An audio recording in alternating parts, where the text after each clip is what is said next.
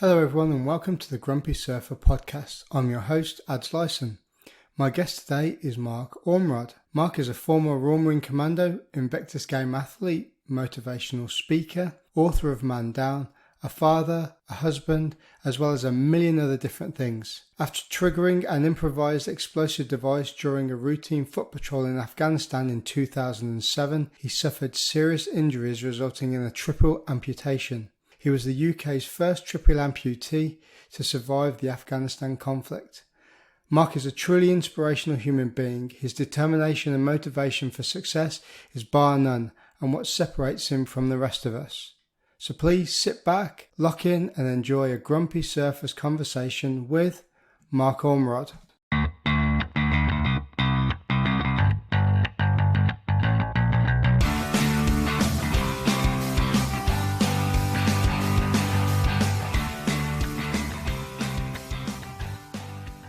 Mark Ormrod, welcome to the Grumpy Surfer podcast. How you doing, brother? I am good, mate. How are you? Yeah, good. I'm glad to get hold of you eventually. Yeah, no, sorry, man. I've been turbo busy, spinning plates and bouncing from one project to the other. But we got here eventually. So, Mark, tell me about your early life and why you joined the Royal Marines. All right, so I'll jump back and I'll give you the quick version of this because I'll go on all day else. Yes. But effectively, when I was probably about 15 and a half, I was born and bred here in Plymouth. Just about to finish up my compulsory education at Stoke Damrell Community College. And I was walking through the hall one day, around about lunchtime. And I don't know why, but I had like this epiphany. And I thought to myself, I got my GCSEs on the horizon, this is my last year of school. And this was the first time that I really thought about it. But I remember thinking, when these exams are over, I need to make a decision. Do I go on to further education, try and get myself to university and then get a career after that? Or do I jump into the big bad world and just start now as by the time I'd finished, I'd have been 16 years old, and try and build a career as early as I possibly could.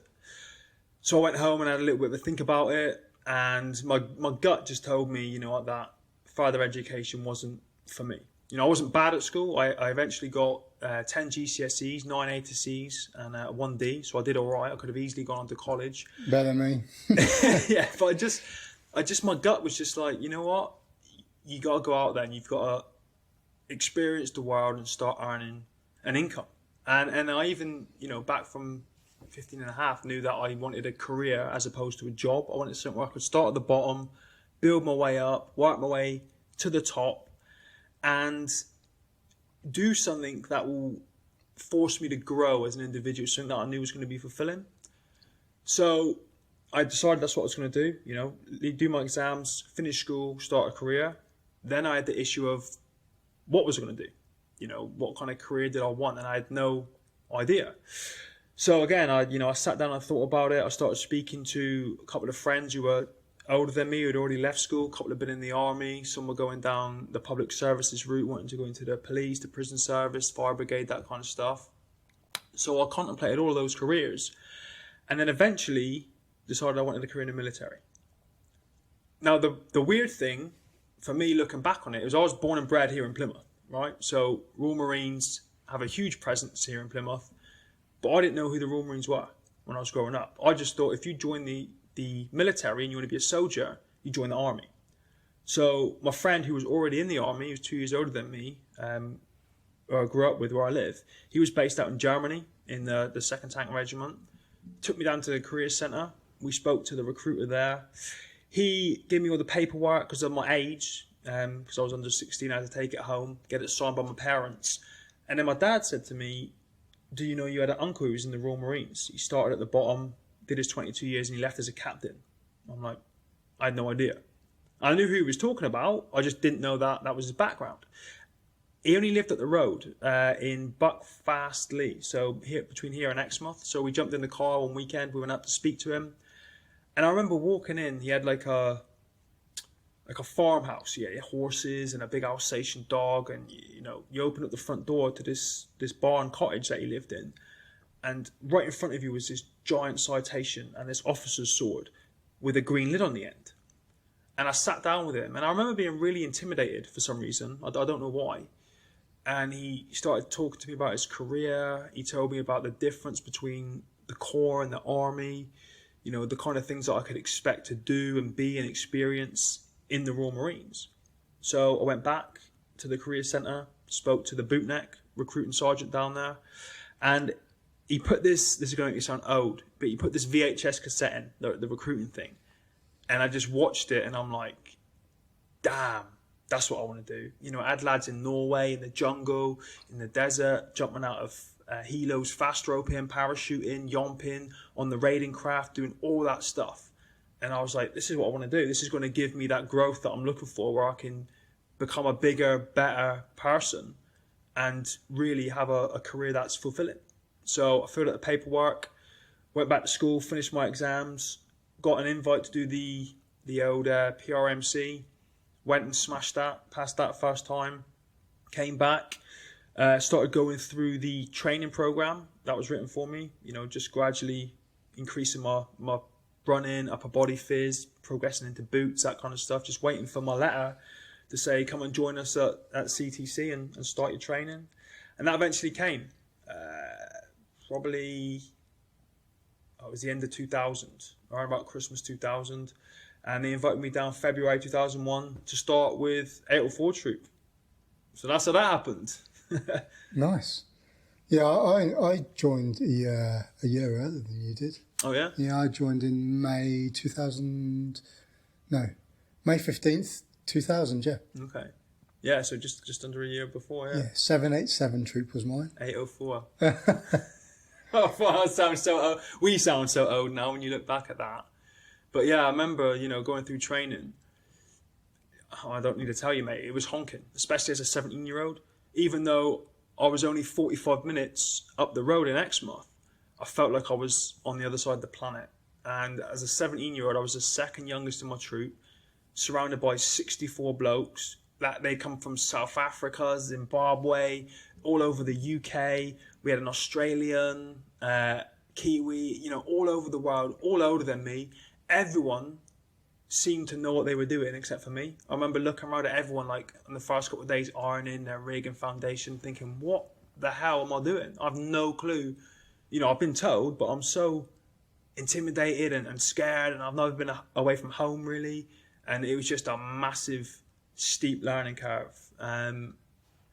That I eventually, as the weeks slowly progressed, broke down into a week by week, day by day basis to just try and get through it one day at a time. Because, as you know, it is pretty intense, fast paced, steep learning curve. Just holistically, it's just a lot as a young person who's just come straight out of school to take in and to run with. Yeah, I had a guy when I was in training who was probably late 20s, early 30s maybe, and he was a sergeant in the French Foreign Legion. Right. And I don't know whether I've told this story before, but I went round to I was 18 when I went through training, and I went round to his flat in Exeter. He had a load of old books, old Legionnaire books and stuff on his shelf. And when I opened them up, he was showing me all the pictures that he was in. Like, the majority of the time he was in Africa. Mm-hmm. So he had, like, photos of him skinning pythons, and I think there was one photo of him that was quite prevalent that sticks in my head. Is he was jumping up this massive mountain with a Milan on his back, because they use Milans as well, like we used to do before javelin. And I was like, that man, this guy's like the epitome of a soldier. Mm-hmm. And why would you leave the French Foreign Legion as a stripey to go through all that recruit training again? And this guy had more medals than my training team did probably put together. Wow. You know, he'd seen action all over the place. Yeah. There's a few stories that I can't really repeat that he did. It was, one of them was very similar. Have you read The Devil's Guard? I haven't, no. Okay, so I can do it but not put the detail in. When they were going through some of the villages, so it's about Germans in the Second World War in Africa. Okay. And what they used to do for the local population is they used to strap the local villagers around their vehicles and drive through enemy villages so the enemy soldiers didn't shoot at them. Right, okay. And that's what this guy told me a story about what he did was. And I was like, it wasn't until someone repeated the Devil's Guard story. Mm-hmm. And I was like, that man, like, he was tapped anyway. Right. And you could just tell from his eyes, you know, when you've got that stereotypical, this guy's seen some shit. Mm-hmm. And, I was always in awe of him. And I got put into his section as well. Let me guess, he was section commander. He was section King's commander. Badgeman, diamonds, everything, right? All that stuff. But to be honest with you, being a young lad that really didn't know my ass from my elbow, it helped me out a lot as well because, you know, he didn't do anything for me, but like he was there as like almost like a support network when you needed it, which was super good because, well, you know yourself, during that time, you were literally terrified to do anything, and it was survival till you left the place. You know, so he was a really nice guy, and I kept in touch with him until probably about 10 years ago. Then we found each other on Facebook in inverted commas again. Yeah. You know, I think if I was in your situation now, going through training with someone like that, I would have done the same thing, because I just find when you surround yourself with people like that, even though if you have no idea what it is you're doing and you're taking on all this information and it seems crazy, it almost forces you to up your game because they're so good, and it's inspirational to look at them, you know, and think, Jesus, you know, if he can do that, then maybe I can. And you almost subconsciously or unconsciously force yourself to be better, you know, and that's what I like to do in different areas of my life now, is to get around people that are performing at a much higher level than I am. And then it kind of gives me that kick up the ass to go, come on, Mark, shake it off and put more effort in, you know? I think that comes with age, though, doesn't it, really? Like, when you're younger, you really don't want to listen to anybody else. Right. But as you get older, I think your outlook on life is very different. And you start to see that, actually, I can take bits from that person, or, you know, he's a positive influence on me, so I want him a little bit closer in my life. And you tend to see that, I think. I mean, I'm nearly 40 now. I'm 40 next year. And definitely looking back, you know, there were certain people that, even though I didn't realise they were positive, almost role models, that I used to take things from, which I think is, you know, a positive thing. But going back to like training, I can't say any of my training team were really role models. They were more like, leave me alone. I think I was quite lucky because mine were really, I mean, they were hoofing. You know, we had like most troops, I think, some dipped in and dipped out and did bits and pieces. But, you know, some of the ones that we had from day one to King Squad were awesome. And some of them are still in now. Some of them I see kicking around now, still doing other things. But it wasn't until, I don't think, years after I passed out that I realised how good they were, you know, and then you just got to feel grateful for that, you know, because these real highly professional guys that love what they do, pouring their knowledge into you. At the time you don't realise it because they're whipping your ass and thrashing you and doing all this kind of stuff, but from a soldiering level, you know, they really knew what they were doing, you know. So did you pass out in 2001? Yeah, I was an original of 804 troop, joined February 2001, passed out October 2001, which, I mean, September 11th, you know, like 4 or 5 weeks before we finished our training. I think we just come out of maybe field firing 1 or 2. Maybe we'd finished them both. But we were in the diner at Lympstone when the planes hit the towers. And we saw it, you know, queued up for a burger. And saw it happening. And we're all like, guess what we're doing in a couple of weeks, lads? We're off. Which, you know, I was then turned 18, is exciting. As a young, dumb lad who's just about to get a green lid, you know, you think this is brilliant because this is what I joined for, and I'm going to go and get to put all this 30 plus weeks training to the test. So that, you know, no one, at least on face value, was worried. Everyone seemed excited about this. But yeah, I mean, we passed out a couple of weeks later, and then that's what happened. Straight into training for Afghanistan in end of 2001, for Operation Jacana. Didn't end up going on that. Ended up as a taxi to South Sarny and Bryce Norton, taking blokes from Plymouth up there and picking them up again, which was a bit of a kick in the balls, you know what I mean? Because you got to see all these blokes coming back, having deployed, and you're itching to get out there, and you're a taxi driver, you know? So that was a little bit demoralising. But then Telic 1 rolled round 2003, went out there with what is now 30 Commando, was the United Kingdom Landing Force Command Support Group, I think they were called back then. Yeah. They changed their name several times. HQ. Went out there on Telic 1, came back in one piece. A little bit disappointed, because I think I built this war experience up to be effectively like a movie, like Rambo, you know, running around with a knife in my teeth, you know, dodging bullets and doing all this cool stuff. And I didn't fire a single round on Telic 1. I got attached to a regimental aid post, me and 2 other bootnecks, as like security, QRF, that kind of thing. Thinking, okay, we're attached to medics here, we're going to see quite a lot of stuff. I saw nothing for 3.5 months. Came out of a hoof and tan, you know, no dits really. And then settled back into unit life. Like, is that it? You know what I mean? I think in the space of, it must have been 3 years, I had joined Lympstone, passed out of Lympstone, got my lid, been to Iraq, came back, and I thought, well, that's pretty decent actually. I haven't even done my minimum term of 5 years yet, and I've already got the lid, experienced war.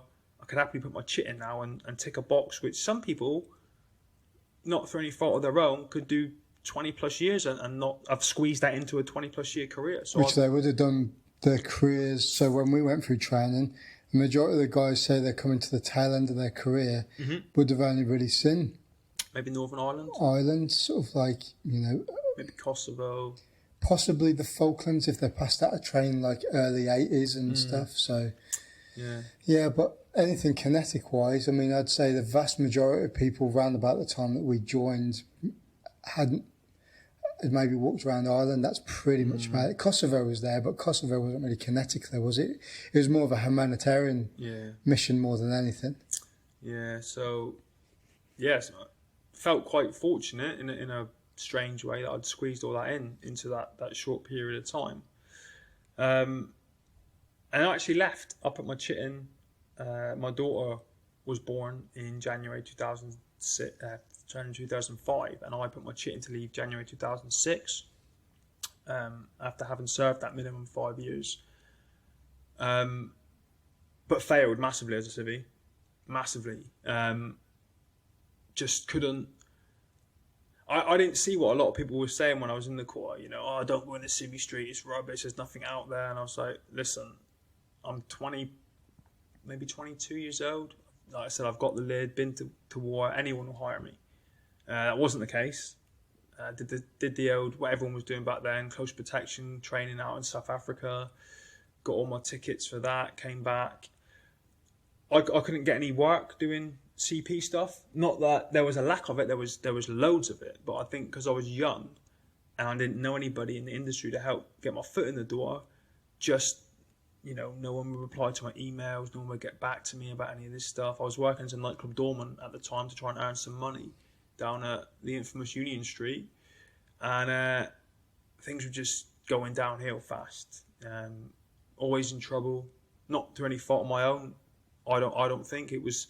They were just, at the time they were regulating the security industry with the SIA badges, so that I think they were trying to sweep away a lot of the thugs and, you know, wannabe gangsters from the 80s and 90s who just used to like bullying people. So the police were coming down hard on nightclub doormen specifically, and I just found myself in trouble a lot, and, you know, really struggling to keep my head above water as a civvy. So I came running back to the warm love and embrace of the Corps, and went back to the careers centre and told the sergeant major in there, you know, I've been outside, I think it was 11 months at that point. I said, I want to come back in. What's the score? He's like, well, you don't have to do Lympstone again, which is great. You just got to do APWT, BFT, NBC down at the chamber. And there was one other thing, weapons handling test. And then you're back in rig. So I signed on the dotted line, went to CTC. For some reason, it took a whole month for me to do those tests. I could have done them in a day, maybe 2 days, but they spread it out over the course of a month. Passed them, got back in rig, and then went to 40 Commando. I had the choice of CTC or 40 Commando.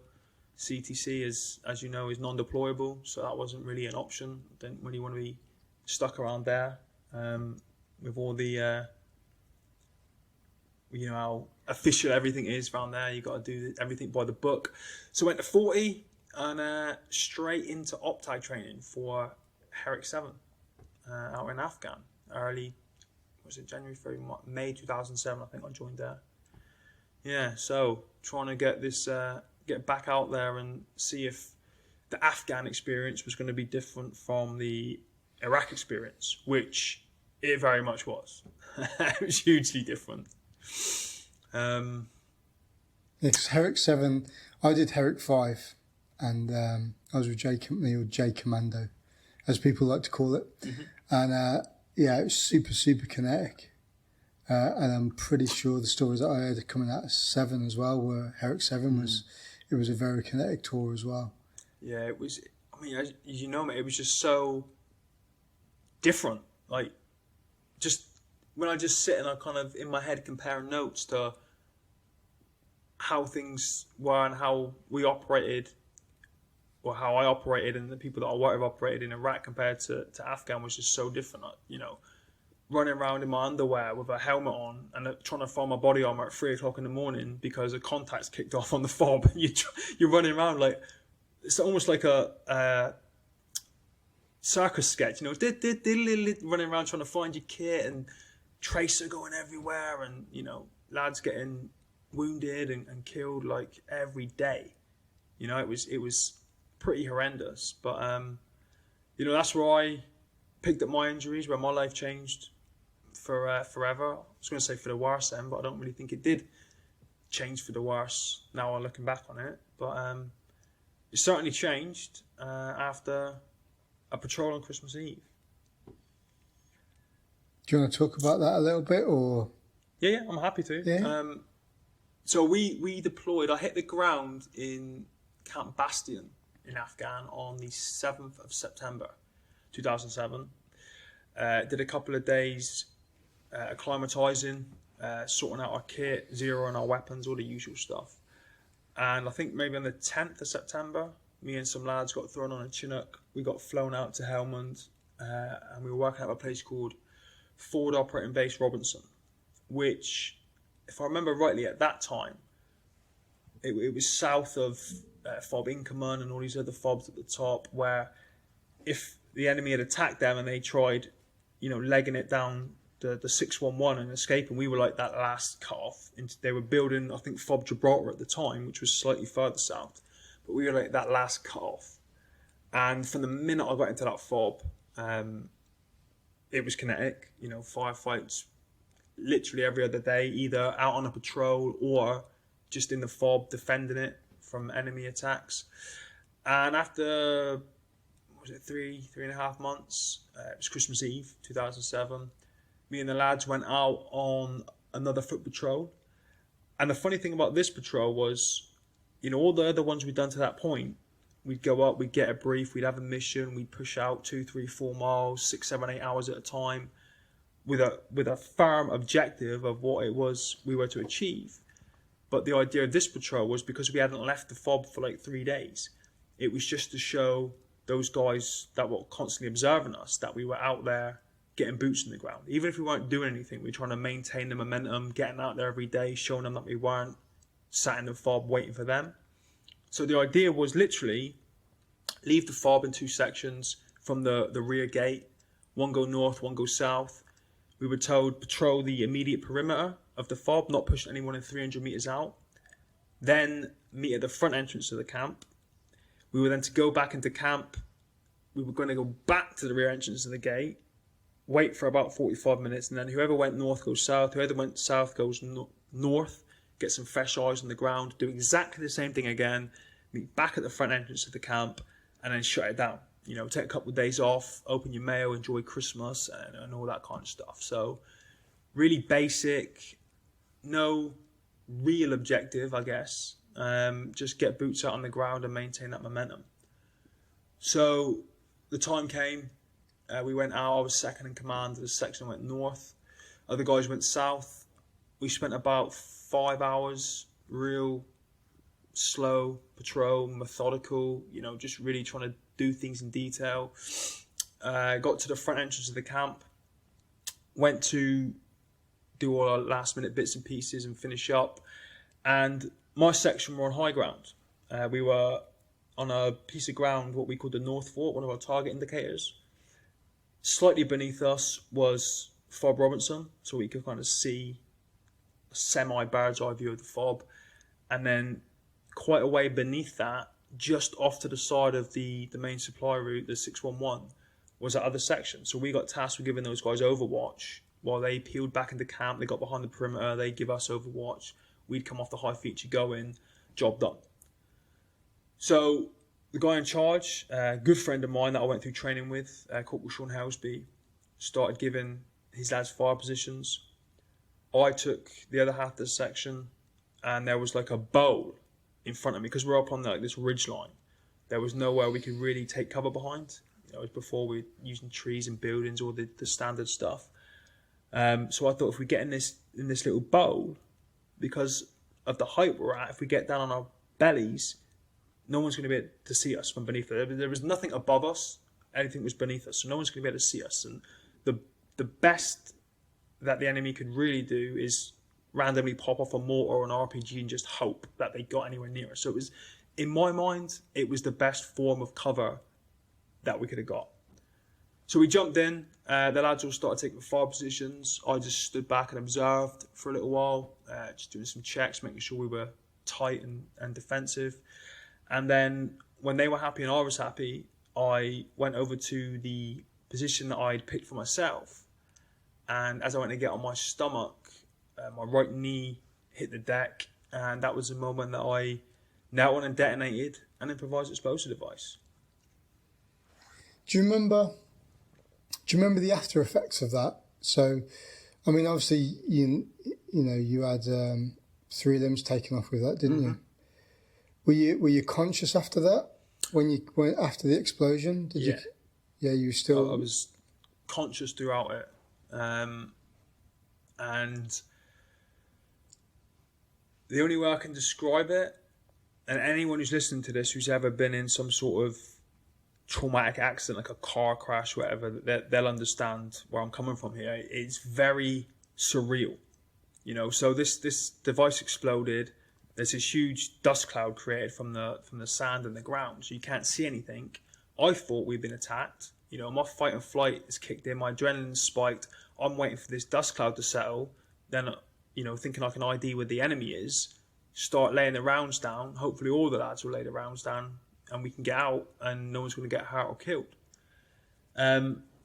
So, there's a million things going on in my mind. My brain's rattling around my head. I think we've been attacked. I knew from where we were that behind me, about 600 metres down where the other section were, there was a small forestry block. Everything else was just mud fields and flat. There was nowhere to take cover for quite some distance, especially within any sort of firing range from the enemy. So I thought, okay, these guys have attacked us. They've done it from the wood block. I'll turn around because it was behind me. I'll start laying down the rounds. We had obviously the HMG 100 metres away in camp. They can hopefully get on and just saw this wood block in half. And while all this chaos is going on, my adrenaline's spiked, like I said. I can hear all the guys around me shouting, trying to figure out what's going on. Can't see anything. I'm going, in my mind, turn around. We've got to find where these guys are and get everyone out. Even though I couldn't see, I knew that my body wasn't moving. It wasn't doing what I was telling it to do, and I didn't know why. I was in no pain at all, so I had no inkling what had happened. And so I just waited. I thought, when this dust settles, I'll quickly see what's going on, make some calls on the ground and figure out what to do. And eventually it did settle, and I looked down to where my legs should have been, and both of them had been completely ripped off from the knee down. Now, when you look at that, this is what I mean. It's very surreal. You're looking at where your legs should be. Your brain is trying to comprehend what you're looking at. You're in no pain, so you're kind of saying, well, this can't be happening because this would really hurt, and then it's not hurting at all. And it almost felt like a dream. You know, it didn't feel like it was happening. And I very quickly, I'm not sure why, I just stopped looking at my legs and started looking around for the rest of the section, making sure that they were all right. And when I kind of looked over to my right-hand side, you know, that's when I saw my arm. Like, my rifle was about 15 yards away. My body armor was gone. My right arm was just lying in the sand beside me, still attached to my body, but just from my bicep to my wrist, it was just dog meat, like ripped open. No, the bone had shattered completely. My hand was in pretty good nick, and for some reason I just kind of reached down with my good hand, picked up my bad one, looked at it, again, no pain, not really able to comprehend what was happening, and I just dropped it in the sand and was like, can I cuss on this? Yeah. I was like, fuck, and I just screamed, like, in frustration as I started to gradually realise what a stupid mistake I'd made. And you know what it's like, mate, you're like, when you're going through training in the Corps, you get it drummed into your head that you are better than everybody. Not in an arrogant way, in a sort of build your confidence up, bit of a banterish sort of way. You know, like we have with the Paras, you know, we're better than you are. And to a degree, I know everyone's different, but you start to believe it and you think toe to toe, we can take on anybody. You know, you want a firefight, you're losing. But then, you know, you start thinking about all these skills you've learned and all this core history and all these elite blokes that have gone before you, and you start thinking, you know, I can do anything and I can beat anyone in a fist fight, a firefight, and then you think, hang on, I've just stood on a lump of metal in the ground and had my ass kicked, you know, and you start to feel, bizarrely in that moment, pretty stupid and filled with shame. It's so bizarre. People don't understand when I say this. I was lying there like, what a dick. What an embarrassment. You know what I mean? You're the idiot that stood on an IED with all this training you've got and all these skills you've got, and that's just beat you. You know, and then you start to feel guilty because you've got the rest of the section now that are in danger. And if the enemy pop over the hill with AKs, people might get wiped out, and that's my fault.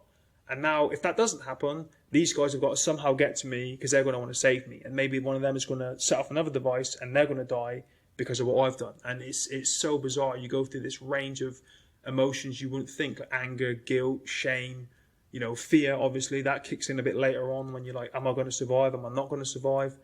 And, you know, the amount of blood and claret just pouring out of my damaged limbs was horrendous. And although when I was looking at it, I was like, there's no way I'm going to survive this. I always felt confident that I would because of the blokes I was with. And I knew how good they were.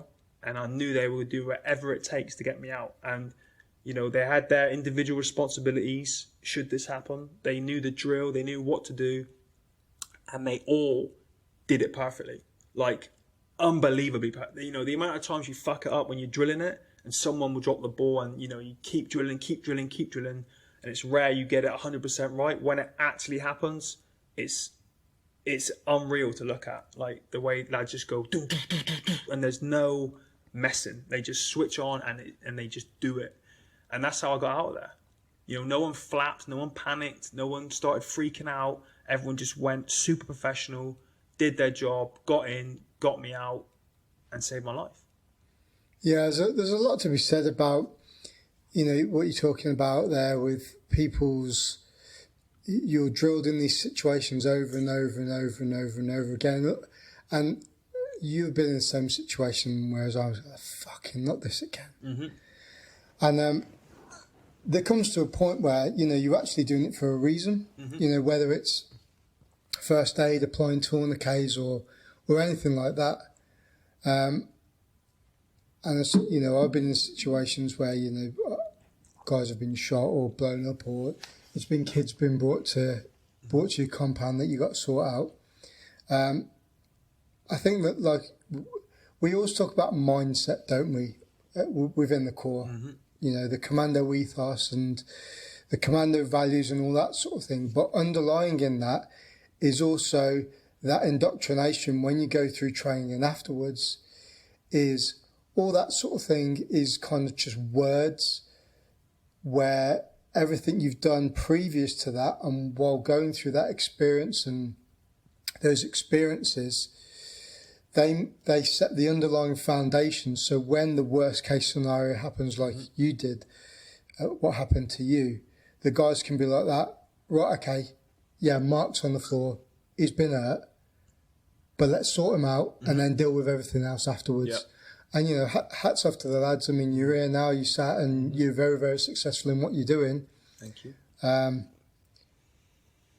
But I think just going back to the lads that did sort you out, you know, hats off to them as well. They did everything right, like you said, and you really know how to tell the story, which is absolutely amazing, I think. And if I remember rightly, obviously it was pretty hectic. There's a lot going on. The guy closest to me, whose job it was to mark the safe route, do the mine clearance drills for when the medic eventually got there, I think he'd only been out of training for 8 or 9 weeks. You know, so the first thing he sees is this lad that he's, you know, been friends with 4 or 5 weeks just get torn to shreds in the middle of the desert, which, you know, you'd think that anyone would just freeze and be like, I can't do this. But he did it, you know, and hats off to him and everyone else, you know, even the lads that didn't necessarily have a job to do except for, you know, to form some all-round defence, just lay there waiting for the medic. They did it, and they weren't trying to, oh, what can I do? They knew, right, that's what you can do. You may not feel that you're doing much, but you are, and they just did it, you know, and it's, you know, I wouldn't be here, yeah, had it not been for their level of professionalism. Yeah, and, you know, what we're talking about there with the training and stuff that goes behind it, we might think it's boring, it's monotonous, it's repetitive, but it's there for a reason. Yeah. It's there for a reason to get drilled into you, so it is made an automatic response if something does happen. But you could easily equate that to life in general.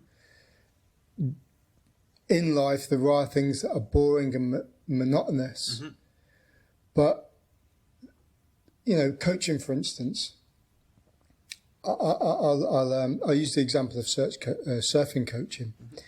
So surf coaching, like the majority of the time, you're teaching beginners how to catch a wave, stand up, show them the bits and bobs of the board. This is the deck, this is the bottom, these are the rails, and all that sort of thing. And it's exciting to start with when you do the course because it's new. You've never done that before. You've never been put in that situation. Whether you've had a group of people in front of you or not before is by the by. But after you've been doing it for a while, it becomes quite a repetitive, mundane thing to do. But the more that you do it, the better you get at it.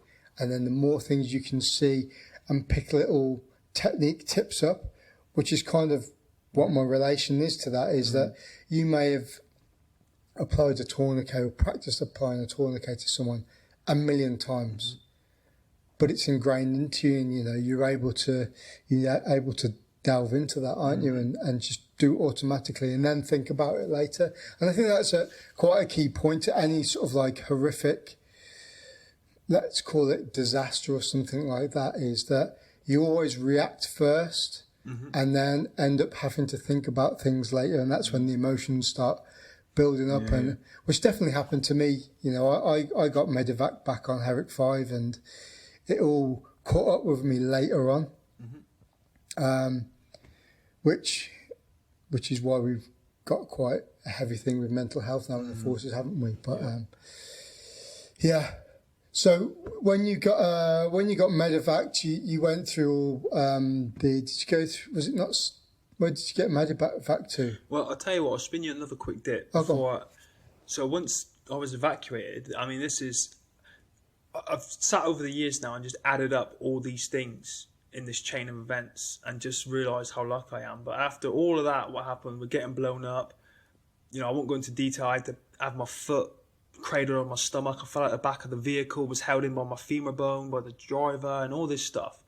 I get out to the back of the Chinook, and I've got no pulse, no veins to put intravenous lines in, and when they put an oxygen mask on me, it didn't steam up to show I was breathing. So, and you know they prioritise casualties. They put me in a corner and they're like, he's dead, because there was another lad who had shrapnel in his back. So they spent all their effort trying to save Stu, the other lad. When one of these medics on the back of a Chinook, right, walked past me, and you got to bear in mind this thing's going left to right, it's full of sand and dust, and all the medics in the back are flapping and panicking. I was the most, horrendous casualty that they'd ever seen, and they're trying to save this other guy's life. He walks past me, this medic, to get some equipment to go back and work on the other casualty, and he said that my eyes started to flutter, which meant that my heart was still beating. So although they'd said, leave him, he's dead, he alerts the rest of the medics. They come running over to me, and I imagine they were like, what do we do? He can't get any fluids into him because his veins have all collapsed because of the blood loss. So 3 days prior to this incident, whoever makes these calls in like the army medical field, he had, or she had, I'm not sure if it was a man or a woman, had cleared this new technique for use, where if you can't get into somebody's veins to give them fluids, you drill into their tibia and their fibula with I think it's called an EZO drill, a medical drill, and then you put the intravenous lines into their bones. Problem is, I didn't have a tibia or fibula because they'd just been ripped off by this IED. So again, on this Chinook helicopter, with no procedure, no standard operating procedure, dust and sand flying everywhere, potentially 2 dead bodies, everyone flapping trying to do their job, they decided that they were going to drill into my hip bone. No one had ever done it before. No one had ever even used the technique in the field before. It only been practiced in like a training environment. So they've gone from a training environment to a real life environment where they can't do what they've been trained to do because I've got no tibias or fibulas. So they're going to have to cuff it and go in through my hip. So they drilled in through my hip. The first time they said that my skin wasn't taut enough for the line to bite. So they pulled it, they stretched it, and they drilled in again. And they said the second time this IV line they put in bit and it got into my hip. And about 3 minutes later, they said I was awake. They literally brought me back from the dead by cuffing a technique that they'd learned that had never been used in the field before. That's crazy, right? It's insane. It's crazy. And the bravery to do that and the courage that those medics had to just be like, right, we're going to try this. We have to try this.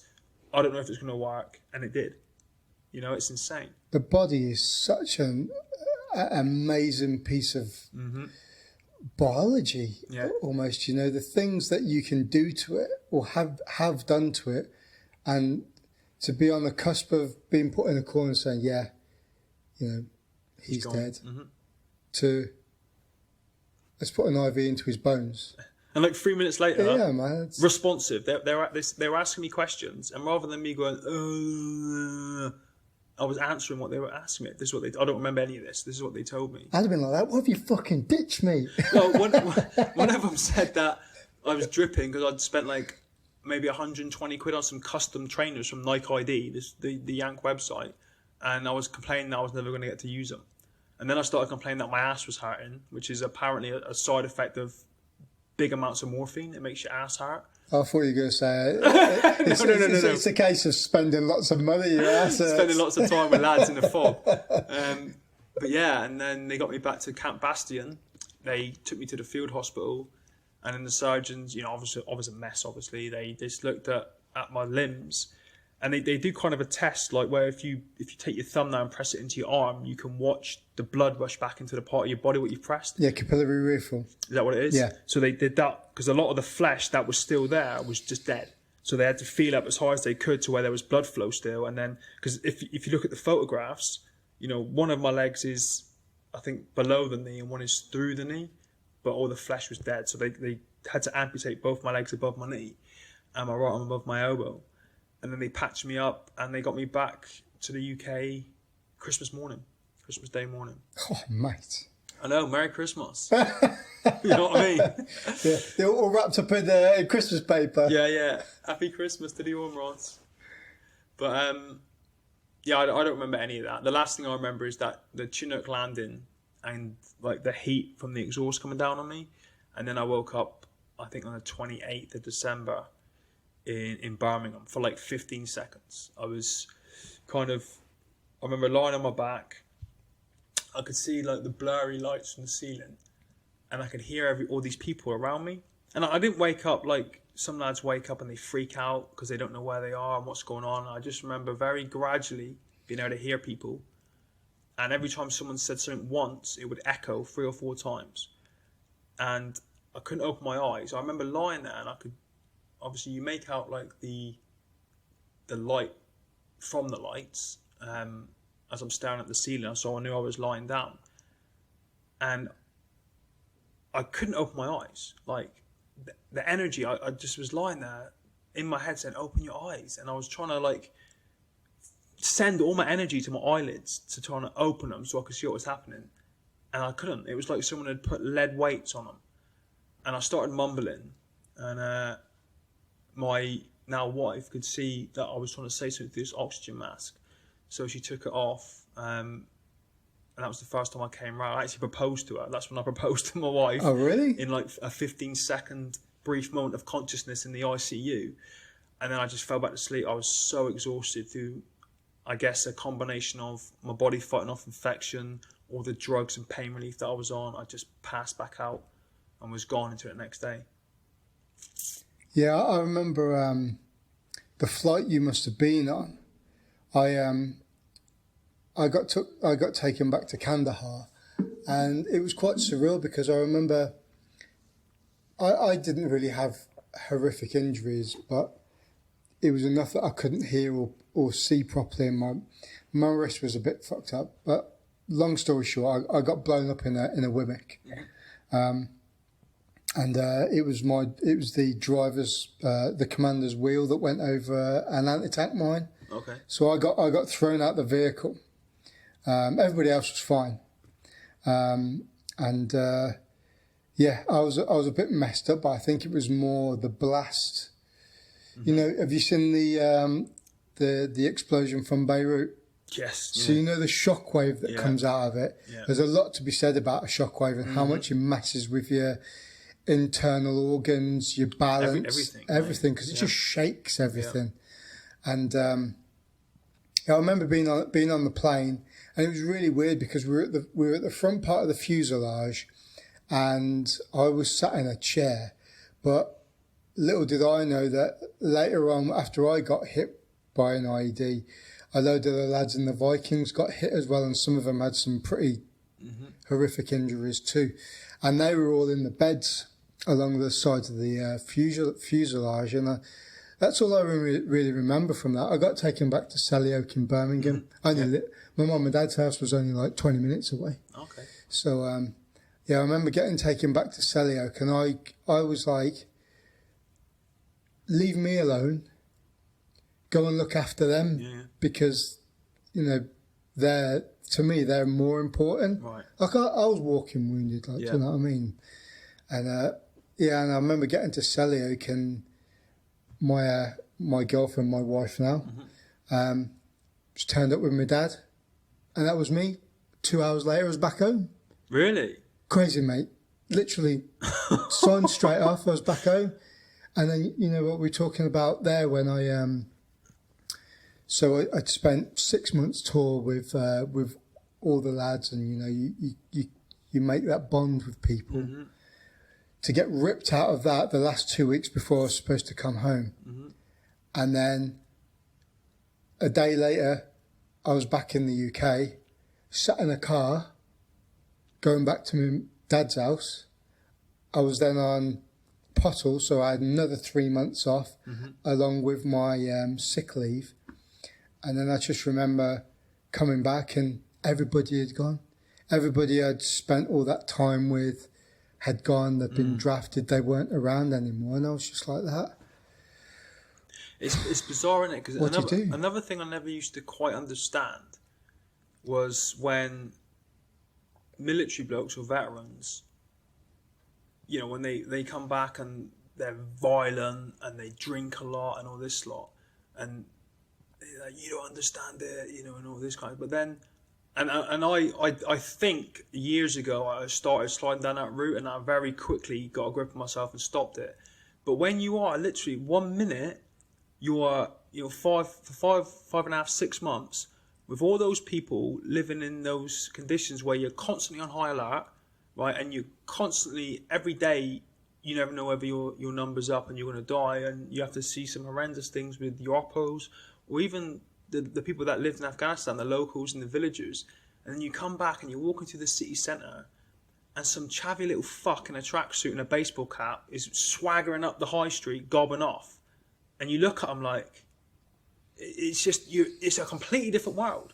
And you're like, this kid here walking up here thinking that he's a tough guy has no idea what some men and women do for jobs, for careers, that give him that opportunity to swagger up the high street, causing trouble or whatever it is they do.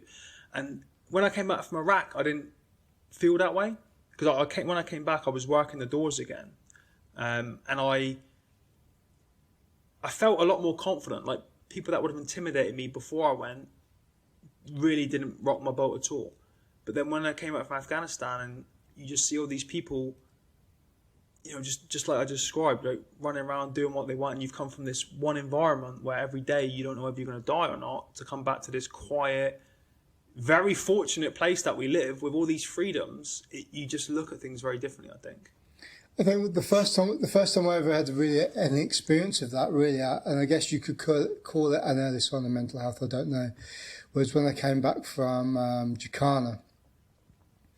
I went to a club in Solihull, in Birmingham, and I remember, I think it was maybe 3 or 4 days after coming back, and I remember being surrounded by people and getting pushed and nudged, and they don't know any different. And I just remember stood there going, I'm either going to get really angry and explode in a minute, or I'm not really an aggressive person anymore, I'm passive aggressive, always have been. And I was just like, do you know what? This isn't for me. Yeah, just remove yourself. And I just removed myself from the situation. And like you're talking about there, when with veterans and people that do come back from those situations, I think subconsciously you need to make a choice in your head of whether, this is going to sound bad, about whether you're going to let it affect you, or whether you are going to go, okay, there might be something going on here. What am I going to do about it? Right. Yeah. And I think the easiest option, and I'm not saying this is why a lot of people go down this route, just take the easiest option and go, do you know what? Yeah, I'm going to embrace that. I'm going to go drinking. I'm going to let it absorb me. And I think as soon as you let that creep in and it grabs you, it's like the big eye of Mordor, or like the hand of, the devil coming out and grabbing you and just pulling you slowly down and pulling you down that route. And I think it takes not a special type of person, but I think certain mentalities or people with personality traits that say, no, that's not going to happen to me. I'm going to do what you've done, or what I would probably say what I've done mentally in my head. I'm not going to let that affect me. I'm going to go and do something that is going to take my mind off that, or what's going to give me focus to prevent that happening. Yeah. Yeah. What it was for me, I was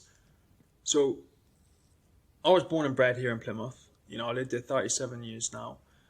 Hasler Company was formed in 2009, which was the rehab. It's now a tri-service rehab place for people in the southwest. And it was basically, back when it started, that was where you went when your career was over. So a lot of lads from Afghan were going there, who've been paralysed, if they had limbs missing, maybe they developed epilepsy or something when they were serving. But if you went there, that was your career over. So we'd go out doing what bootnecks do, go out for some scran and a few wets, and there's crutches everywhere. We were like 40 blokes strong down Union Street, right, like a zombie movie, like walk around everywhere. And I just started to notice, and I think I have a legit scientific reason why this happened now, but I started to notice where I'd drink like a quarter of what I would drink before, and I was blacking out, and I couldn't remember things. And I'm talking about like 3 pints of premium strength lager, like a Carlin or something, and it was just affecting me a lot differently. And then one night I was in what is now Pop World down Union Street. Unfortunately, that's where I used to work on the door, so I knew all the security there. And the lads had been out down the Barbican drinking since about lunchtime. And I didn't meet them until 7 o'clock. So I thought, this is easy. They're going to be hanging out and I can just, sip a few drinks and not be too bad. And I don't remember anything from like 10 o'clock that night. And I woke up outside the nightclub. Two of my mates who were still bouncers there had grabbed me under the armpits and took me out the side door because I couldn't stand up. I was sat in a bus stop, slumped over. I woke up in this bus stop, no idea how I got there. One of my legs was 10 metres to my left. The other one was to the right. And my now wife was putting my prosthetic arm in the boot of her little Peugeot 106 while my doorman mates picked me up and put me in the boot. And I don't remember how I got there. So I woke up in the morning and, I've got a real understanding wife because she took photos and she thought it was hilarious. I was naked in the fetal position, hugging a kebab in our entrance to our house. And, we got up in the next day and had a good laugh about it. But then I started thinking, I could have walked out into the street and got hit by a taxi or a bus. I don't know if I've insulted anybody or been aggressive to anybody. And I literally went, that's it, I'm done. I'm not drinking anymore. I mean, I'm not a teetotaler. I never had a problem, but I recognised I was starting to go that way. And so I nipped it in the bud early. And I was like, I'm going to spiral if I keep doing this. So I was just like, sorry lads, not going out tonight. Got stuff on. And you know what it's like, you get a little bit of shit in the beginning, but you've just got to be like, look, big picture, it's not worth me doing it. And I got it early. And thankfully I did because, God knows what I was, saying to people and doing. And, the reality is I could have walked in front of a bus and died. Just from going out for a few beers. So sacked it and then took my life in a different direction. That must have been quite a sight to behold. Yeah. Because if I'd have been driving down the street and I looked over and there's a guy that's a triple amputee, he's got a leg over there, a bit over there, and I'd be like, what the fuck is going on here? I'm sure people did. I don't remember any of it, but I'm sure there were people walking around, driving past. And what's even worse, these legs, all my prosthetics, all three together, is close to 100 grand. Some pissed up bloke could have ran off one of my legs and I'm screwed. Do you know what I mean? He's got no use for it, but I have. This is how I get around. They could have ran off on my leg and then I'd have been really in trouble. Yeah. So the pros don't outweigh the cons for me. So, I found a more positive outlet. Well, you've got lots of things, going on. You've got lots of plates spinning, haven't you? Which we'll talk about in a bit. So when you recovered, what was was writing your book kind of one of the things that you first did to start getting the ball rolling to come out of that? Because don't get me wrong, and I don't know anyone that's done it, but it could have been quite easy to be the guy that kind of played the sympathy card a lot, but you didn't do that. You were positive and you became a positive role model, if I'm perfectly honest, for people. Even now. Like I was telling you about the guy in the guard room was like that. Yeah. What, the Mark Ormrod's coming here and that's like that. Not bad. This guy's like 80 years old. Yeah. And he's like, and he knows who you are and what you stand for and that. And I think that just, goes to hold what people's perception of you as well, which I think is really positive. Do you know what that is, right? This is going to sound so Chad and corny. But when I was in hospital, probably 3 weeks post-explosion, I knew how hard the recovery was going to be. And I was laying in my hospital, and I think the core was maybe, I'm going to get this wrong, 347 years old at that point, maybe. It wasn't at the 350th, no way, because I was up and walking by then. And I remember laying in this hospital bed and I was thinking, I don't know anybody that I've heard about, read about in that 347-year history that's ever let the side down. Our history is up there and it is prestigious. Lads that wore a green lid or back in the day, the blue one, did some incredible things. And I am not going to be the one that lets the side down. I'm not going to be the one who everyone, in 300 more years go, oh yeah, Mark Ormrod was the guy that rapped because he lost a couple of digits. And I remember lying in bed like, I ain't doing it. And then this series of events started happening after that, which kind of fueled that. My RSM when I came back from Telek at Stonehouse was Baz Door. Mm-hmm. And I think I was getting charged. I got charged like 3 times in the first 5 years of my career. And he somehow knew I didn't have a line in my beret. And he took it off and he pinned it to his board and he said, "You better get back here after lunch with a new beret." So I had to run down, find a tailor's. And he visited me in hospital, right? Now, you got to bear in mind, I was a young Sprog Marine 3 years into my career, and he was the RSM, right? So I'm nothing to this guy, right? And he could have charged me, took my lid, and then just forgot about me forever, right? He heard that I was in hospital. This is years later. Came up to the hospital with a new lid for me and said, "I remember taking your lid off you back when you came in and got charged." And that really affected me. I was like, how does this guy who is a legend in the court remember a little pissant like me? And he did. And I was like, I'm definitely not letting the side down now, because these are the kind of things that, this is your legacy. Do you know what I mean? And the fact that he remembered that really got me. And I was like, this is awesome. So I was like, I'm not letting the side down. I've got to dig out more than I've ever dug out in my life, and just kind of overcome this and maintain those standards that were drilled into me when I was at CTC. Those high standards. Yeah. So when did you... So am I right in saying that the book was the first major thing you really did? You got that written and... Yeah, what that was, in rehab, in the evenings, things, you do rehab from like 8:30 to 4:30. In the evenings, you would go into like what they call the day room, which is where the tellies were, and all the lads would be playing Xboxes and PlayStations, and I couldn't play them because I got one hand. So I'd just sit in my grot most of the time, maybe do a bit of reading. I think I only had a Facebook account back then because social media wasn't big, so I got quite bored. And because I was the first triple amputee from Afghan, I had a lot of media people around me all the time, and I had this one guy, Rob Kellaway, who was a freelancer with the News of the World back then. And we used to talk quite a lot, and he would do a couple stories on me. And he said to me one day, "Oh, we should write a book together." Just tongue-in-cheek, joking. And I had already, years before that, thought to myself, I wouldn't mind writing a book when I'm like 50, because at that point I'd been a bootneck, I'd been to war, I'd been a doorman, I had all these dits I wanted to write down. Even if it never got published, just write them down for myself. I thought, by the time I get to 50, I'm going to have loads of dits. And I was like, all right, let's do it. So in the evenings, when all the guys were playing PlayStations and that and the other, he would interview me on the phone. I'd spin dits to him. He'd write it up. He would then send me this book chapter by chapter. I would edit it so that it was more me than it was him. And then eventually, after about 10 months, we put it in a chronological order, and it was good to go. Yeah. That's super cool. Yeah. And you know what? It's not one of the reasons why I started doing this podcast, really, was, one, I was a little bit scared of my mental health state, so more than anybody, talking about your experiences and stuff can kind of help alleviate that a little bit. Mm-hmm. But the other reason as well is that people's stories are amazing. Granted, your story, if people look into it, is quite out there.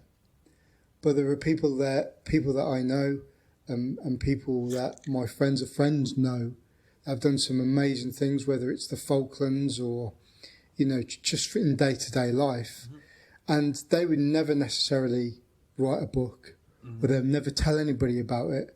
And I just thought this would be a good opportunity to go get people's stories out there that would never ever get those stories told. Granted, I'm never going to force somebody to do it. You're never going to hound them. I'll ask them once. If they want to do it, they want to do it. If they don't, they don't. It's completely up to them. Yeah. But it's a good opportunity, I think, whether you put it through in this format, whether it's in a podcast format, audio format, or whether they write it down in a book. I'm the same as you. I always thought that I've got so many stories, contact stories, going out of a night out stories, different individuals, their personalities, the quirks that they had and stuff. To put it all into a book would be absolutely amazing. But again, you had the opportunity where you had the guy from from the newspaper that said, "Do you want to write a book?" And I'll tell you what's funny about it. I have never read that book. Oh, really? Until lockdown. So it wasn't written in any sort of order. And by the time he put it in order, I was so fed up of telling these stories and reading that I was like, right, whatever, just do it. And during lockdown, it's kind of like, I don't know if when you listen to this, you listen to your own voice, you're like, do I really sound like that? And it's a bit cringy. I'm quite conscious of listening to myself while I'm talking or to. when you see yourself on TV or whatever, you're like, oh my God. Well, that's what was holding me back from reading my own book. And then when I did read it, and this is not a criticism, I think this is how it has to be done to appeal to a civilian and military audience. The way some of it was written, I was reading it, I was like, oh my God, I would never say that. Like these phrases like chuffed up to the max, I kept seeing them, and I'm like, I've never said that in my life. That's horrendous. But Rob had to write things like that to appeal to a civil audience. And I noticed that every time Afghan was referred to, Rob had read it as the Afghan, and I'm like, lads are going to smash me for that. Like, who calls Afghan the Afghan? But that's led on to me now editing the book. So I'm 6 chapters into editing it. I'm going to extend it. The chapter, I think it's 17 when I got blown up. The lads literally during lockdown sent me loads of these photos from Afghan that I've never seen before. So I'm going to put all of them in there, and then I'm going to re-release it because I'm 3/4 of the way through writing another book now, which picks up where the first one left off. Okay. So that's the plan, is to re-release this first book, new front cover, all that kind of stuff, extend it, new pictures, never seen before, yada, yada, yada, in line with the second book, because you can't read the second unless you've read the first. So we've not even said the title. It was Man Down, isn't it? Man Down is the first book. And we were going to call the second one Man Up, so that it was like a marketing thing. You can't read Man Up without reading Man Down. But then we went off that idea, and we thought, I don't know what we're going to call it yet. I've got a rough idea, but it's not Man Up, for sure. I thought you were going to say then, I hadn't even read my own book yet, and when I read it, I got to the end, and I was like, this Mark Ormrod book's a legend. I thought he was going to die. Why is he survived? Oh my God. What happens to him? Well, yeah, I got to the end of my own book, and I'm like, I can't wait to see what happens next. Yeah, I need to write it. Yeah, but it was quite an eye-opener reading it. It wasn't easy. It was uncomfortable because you're reading about, not uncomfortable like, I didn't want to relive it uncomfortable. It's just like cringy uncomfortable, But I think as I'm getting older, I'm kind of getting over that now, of the whole cringy thing. So on the tail end of the book, where did the Invictus situation come in? Because you were one of the first. You did the first Invictuses. That's right, yeah. Not the first one. No. I think it was the third and maybe the fourth and the fifth one. I think.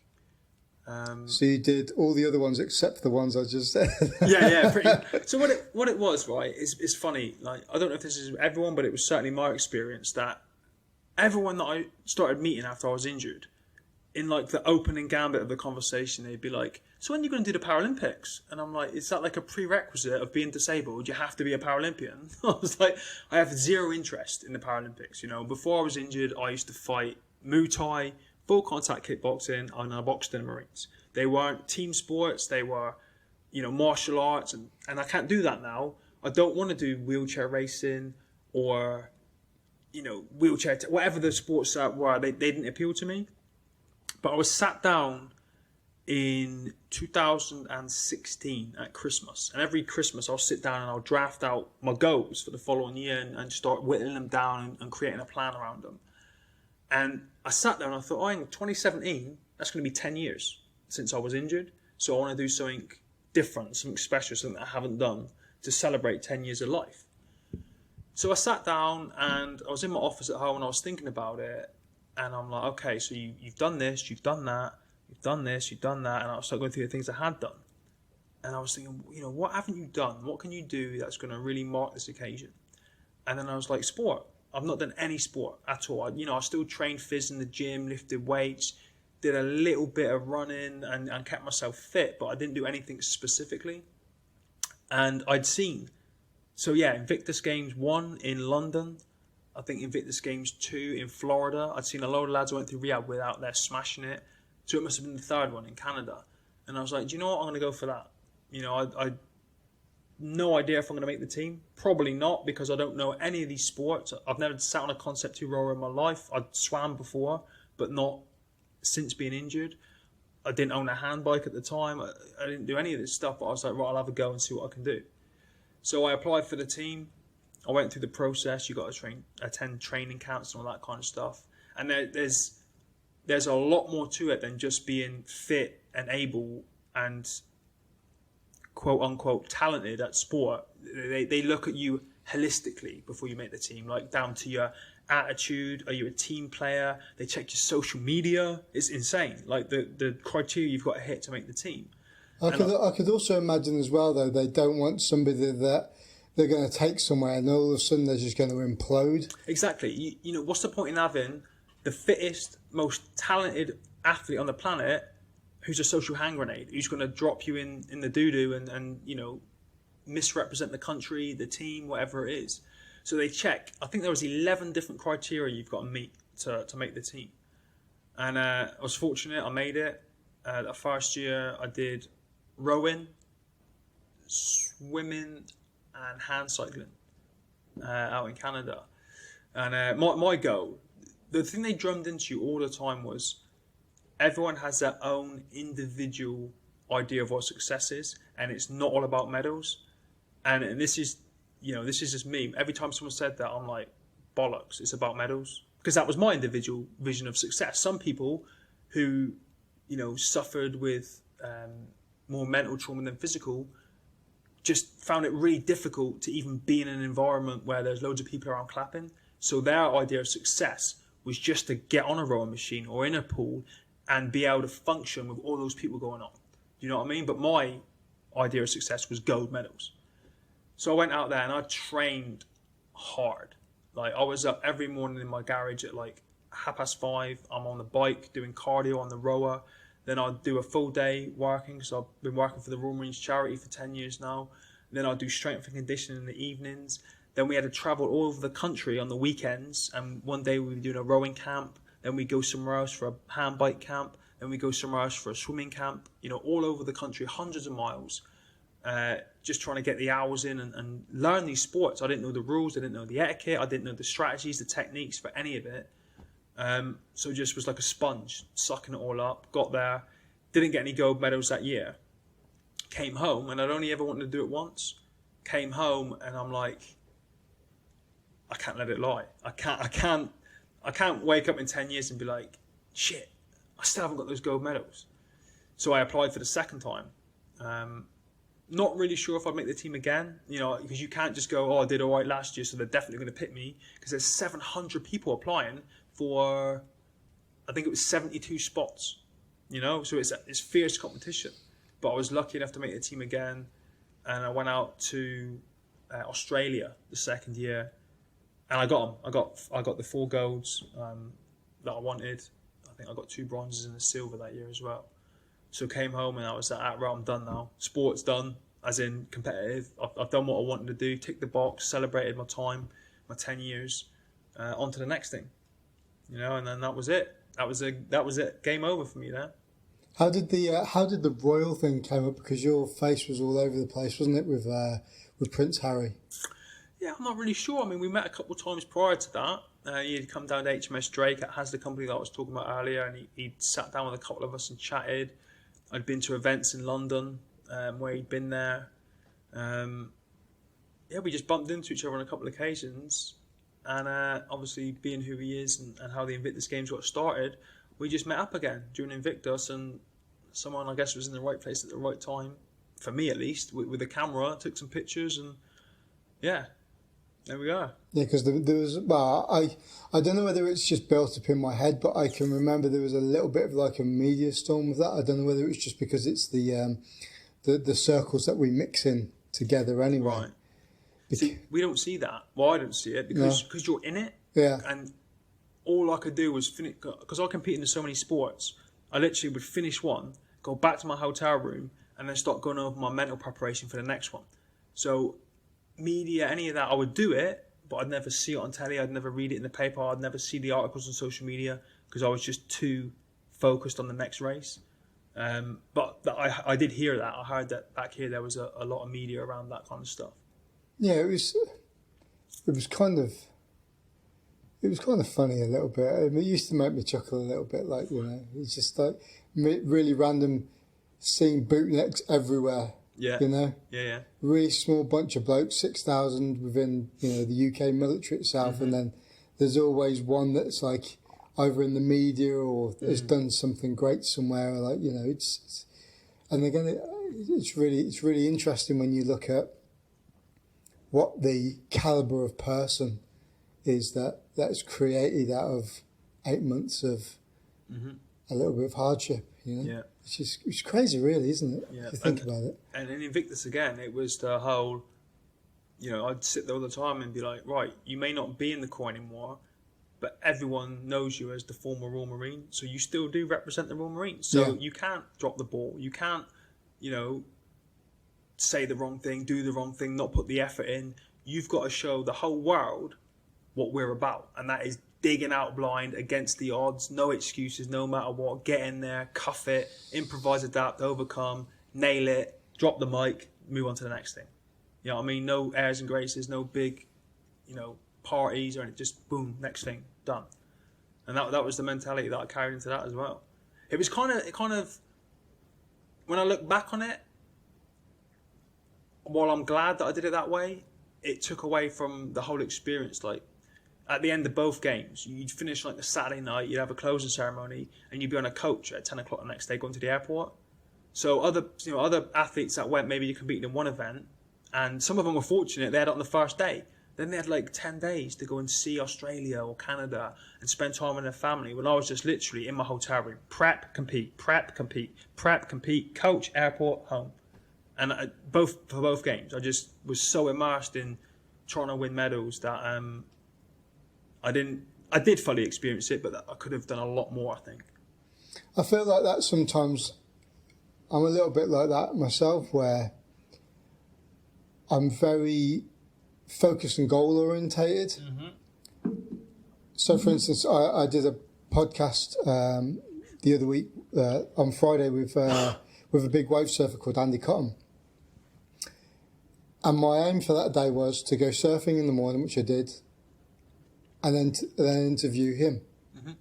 But I've got a lot of friends that live in that area as well, and a lot of free time in between.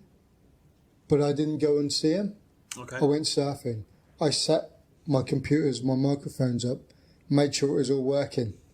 Yeah, it's still fucked up, like, but my point being is that, you know, I was very focused on what I wanted to do, and then once I finished it, packed up, showed him around, showed him a few vehicles and stuff, got in the car, drove home, put the kids to bed. Boom. Didn't really like... You could have made a whole day of it, couldn't you? Yeah. Hanging out with them and visiting your friends. And yeah. Yeah, no, I know what you mean. I'm the same, like, when I travel around and do talks, but it's because I'm so focused on doing a good job that it's just the way I work. I don't want to go and visit. If I'm in Manchester and I've got mates, I don't want to go and visit them 3 hours before I'm going on stage because I need to get my head in the game. Yeah. You know what I mean? I've learned over the years that what I'll do is I'll go up there, do what I've got to do, and then maybe book in the next day rather than just rush back home. Book in the next day, hang out, catch up with friends, and then go and enjoy the experience more. But when you got a family as well, it's not that easy, is it? Because you want to get back, you know, put the kids in bed and see them and help them with the homework, whatever you've got to do. But yeah, I got massive respect for people that can just like rock around and enjoy the whole experience, and then at, you know, a drop of a hat, stand on stage and talk, set up a podcast and record without getting their head in the game first. They can just flow it all out, like, you know, your Joe Rogans and those kind of people. I'm just not there yet. I don't think any of us are. You've got to be in that game for like 20 or 30 years to realise the professionalism, and it is all like, it's like learning rifle lesson 1. Oh God. Yeah, let's acquaint it to something military. Rifle lesson 1 all the way to when you do your weapons handling test.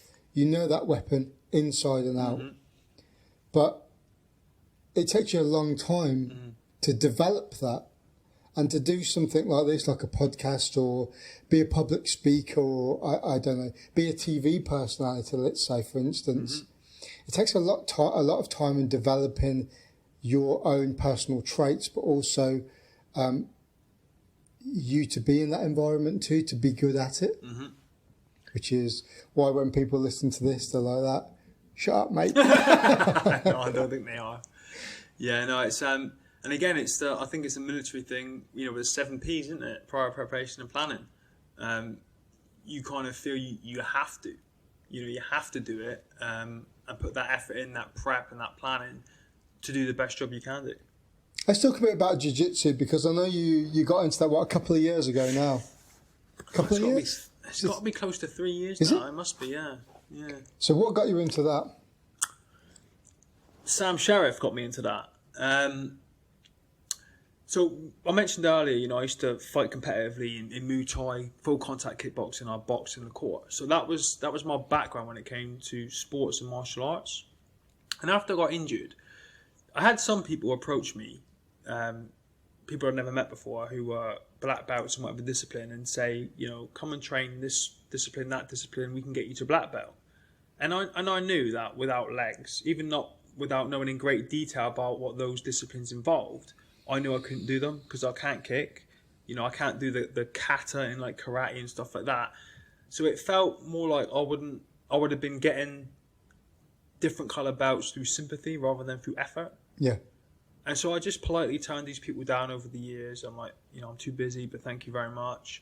And then I was in the sergeant's mess at Stonehouse one day, and I met Sam Sheriff, who is colour sergeant in the Royal Marines, PTI. He is I could probably get this wrong, the head of Royal Marines Close Combat or Unarmed Combat, I think. And he was at the time a purple belt in Jiu-Jitsu. And he said, look, come down to the dojo, which was a converted squash court, and we can do some jiu-jitsu. Now, when I was growing up, I did jiu-jitsu, but it was Japanese traditional jiu-jitsu, and I remember when I was speaking to him, thinking back to then with all the jumping, the rolling, the break falling, and I thought, here we go again. We've got another bloke who wants to get me in there. You know, we're gonna take some pictures, put them online, and everyone's gonna be like, oh, well done, mate, good try, type thing, feeling sorry for me. I didn't have a clue what Brazilian jiu-jitsu actually was. And so I went down there with him, and we started rolling, just me and him, for this first day. And I'm just kind of waiting for him to say, all right, we've got to do a roll and a break for the stuff I knew. And it never came. We started doing this ground fighting, and I'm like, this is brilliant because I can actually do this. And I was hanging out that first day. And, you know, my head was, all that rolling around, I wasn't used to it. I was dizzy and I felt like I was going to throw up. But I was ball bagged by the end of it. And that, for me, was a feeling. I'd got it from the Invictus and everything before, but it wasn't something that I could get very easily anymore because I couldn't rarely get my heart rate to that kind of level, especially without any specialist equipment, to feel like I've really thrashed myself. And I got to the end of it and I'm like, this is awesome. And so I started going back, and then I started realising that actually I had an advantage. Because as I was learning things, like when someone had me in their guard, I could just wiggle my bum and pop out of it. Whereas other people have got legs that, you know, they get their hooks in, they're stuck. And I'm like, this is actually an advantage for me. And people have got less to grab of me. And so I started developing my own way of doing it, which was another thing that I loved, was that it wasn't like, this is how you must do this. You must take the left hand with the left hand, grip the wrist with the right. And I'm like, you can just do what you want. You adapt everything to suit you and what you're good at. And so I just thought, actually, I can progress through this sport based on hard work and mat time, not people feeling sorry for me, you know, and just going, oh, we're going to give this guy another belt because he's put a little bit of effort in. And yeah, I think that was about 3 years ago now. I got my blue belt last year. I haven't trained at all this year because of COVID, which is killing me. But not COVID, I mean, not training is killing me. And I can't wait to get back on it and pick up where I left off. I think the break's actually going to do me good. I think there's a lot of people out there worried of skill fade and stuff like that, and I'm sure there will be for 1 or 2 sessions. But I think that headspace away from the mat and watching stuff online, reading books, you know, following really high-ranking people's social media and that kind of stuff is going to be a real advantage. So I'm just looking forward to when we get the green light and we can go back and start training again and seeing where I'm at. Yeah, I try over the COVID period. I tried to I haven't purposely stayed away from it, but I got very immersed into it. I try to stay away from watching technique videos and stuff like that, because I just know from my own coaches that, you know, you could learn some Gucci little roll or whatever from watching the video, but unless you've got your fundamentals and your basics down and nails, which they're never going to be, there's no point in even trying to do that. Or you can be really good at the visual, let's call it visual jizz stuff. Right. Yeah, so the stuff that looks good. Yeah. But when you get someone that's got a good foundational groundwork where, you know, they're just using, you know, good at basic guard, good at retaining side control, good at retaining mount, it's not rushing things, it's making sure that all their blocks and stuff are in before they move. All that is in place. It just shuts everybody out. Everybody else out that has got all these Gucci little, you know, diving around in circles, berimbolas and worm guards and all that sort of stuff that's popular. I've just tried to. I'm not stayed away from it on purpose, which I think is going to be good, because when I do get back to training again, maybe 2-3 weeks time, I'll get back into it a lot more. You know, I think with jiu-jitsu, for someone in my situation, one of the videos I watched over lockdown was about the concepts of jiu-jitsu, you know, like balance and you know, how to sweep someone, this, that, and that, but not so much techniques, because a lot of the techniques that I watch, well, all of the techniques I watch are from able-bodied people. And yeah, I could sit there and study it and try and figure my way to do it and drill it, but I just think it's a lot more effective if I learn the concepts and the ideas behind certain things. When I find myself in a situation and I can look and go like, oh, his arm's there, and then he's flat, and you know, that to me is a better way to learn. So I'm never going to be this guy who can jump and get someone in a triangle and do all these fancy things. What I want to do is focus on the basics, you know, keeping that pressure right, advancing my position, you know, slowly, methodically, you know, looking for the subs, but, you know, not overlooking for them, that kind of stuff. So I think that's the draw with jiu-jitsu as well, is there is, like you were just saying previously, there is no right or wrong way of doing something. There are different ways of doing something, and it's all down to your adaptability. What works for you is not necessarily going to work for somebody else. Right. And, you know, the way that you put your weight somewhere to pin somebody down is not necessarily going to be the right way that somebody else is going to do it, because everybody's body types are different. Yeah. You know, and I think that's the good thing about it. And it's one of the things that drew me to it more so when I first started doing it, was there are so many different ways of doing something really simple. And there's so much of adaptability in it. And I think if you have that mindset where, you know, you're an adaptable person as well, I think it fits in really nicely. Don't get me wrong, I've not done karate or any. I did a little bit of taekwondo when I was younger. I've just known from what people have telling me, like set katas, where you've got set movements to achieve this, this, and this. Whereas there isn't that. You know, and we've rolled together a few times before, and being able to adapt to what other people's reactions are as well is another good thing with it as well. Yeah. Because you're putting yourself in those really weird situations, aren't you? Yeah, and I just found as well as an amputee, you know, missing multiple limbs, that some of the stuff I learned on the mat really crossed over into my life. Like, I don't have my prosthetic on right now. A lot of the time I have a prosthetic on, but when I don't, I just really wouldn't use what's left of my right arm. But then when I started using it in jiu-jitsu for certain things, like, you know, I'd drive this into someone's sternum or use it to choke someone, then I found that when I'm walking around in everyday life, a situation that before would have been more difficult, I'm like, just use your stump. And then I could do more in my everyday life thanks to the lessons that I learned from jiu-jitsu. You know, and that's another thing that I loved about it. That crossover from on the mat to off the mat. Yeah, and I think what Sam's done with Reorg, it's taken me a long time to grasp it. Mm-hmm. That's a different conversation to have altogether.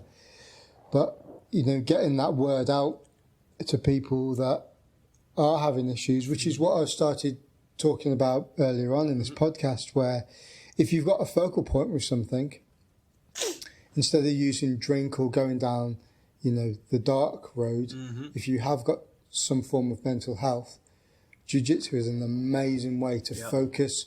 Is to focus your energy on something else, because once you start getting into it, and like surfing, if you get the bug for it and you start enjoying it, in your vacant space or your blank space time where you're not at work or the kids aren't screaming down your ears, you're thinking about it.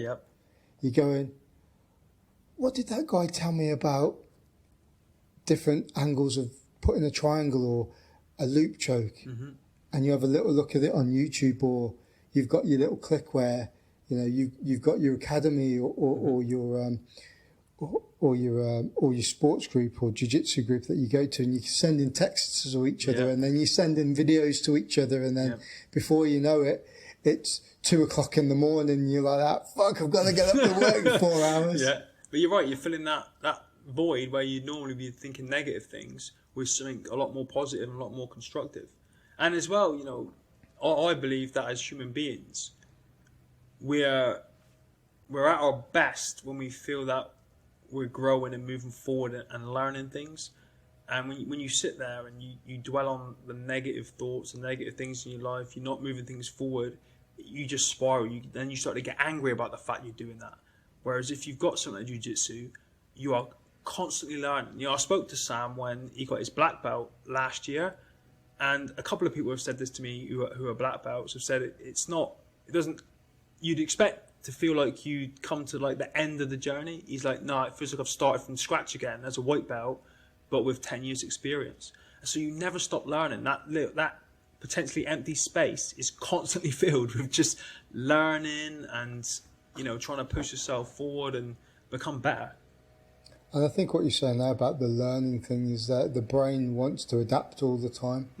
So having something that you can constantly learn with, and something that you enjoy and is physical and is going to keep you fit, you know, when people start doing it, you know, that's what gets people addicted to it. Yeah. And they've just started soaring outside. Yeah, cutting the grass out there, aren't they? Brilliant. Yeah. So what are you doing at the moment? Have you got anything on? What's your focal point at the moment? So, I mean, I touched on it earlier. I've been working for the Royal Marine charity now for the last 10 years. So I'm on my day off today, but I work for them full time, Monday to Friday, trying to raise money, bit of marketing, pushing the word out about the great work that they do. I've got this second book to finish. I have, I can say that. I've signed during lockdown some movie contracts. Oh, cool. So we're turning Man Down into a film now. Obviously can't do anything because of lockdown, but the team are working hard behind the scenes right now to get everything in place ready for when we can start filming. And then just whatever comes, really, you know, things like this, doing podcasts. I've got my own podcast, the Work Podcast. You know, the social media takes up a lot of my time, but just running with whatever opportunities are out there and making the most of them. Yeah, and I think that's where, would you call yourself an entrepreneur? You kind of are, right? Because you're making business as you go along, aren't you? You know, you're adapting, you're creating something. Yeah, I'd put it under that bracket. It feels like there's 20 different things that I could say, but entrepreneur kind of encompasses them all, because there are, you know, books, films, you know, I've got small businesses online and that kind of stuff. It's all different things that, you know, come under that umbrella, I guess, of entrepreneur. Cool. What the podcast you're running at the moment called? So I've got mine, which is the No Limits podcast, which I've really badly neglected recently because of other things I've going on. The white one is called the Charlie 1 podcast. That's more focused around the Royal Marines charity, volunteers, supporters, staff, and everyone that helps us with that. And my one is more about, like we said earlier, interviewing people with interesting stories, and getting those stories out there. I've met some phenomenal people. Someone you might actually want to contact and speak to is a lady called Helmand Province, who back in the late 80s, early 90s was a police officer.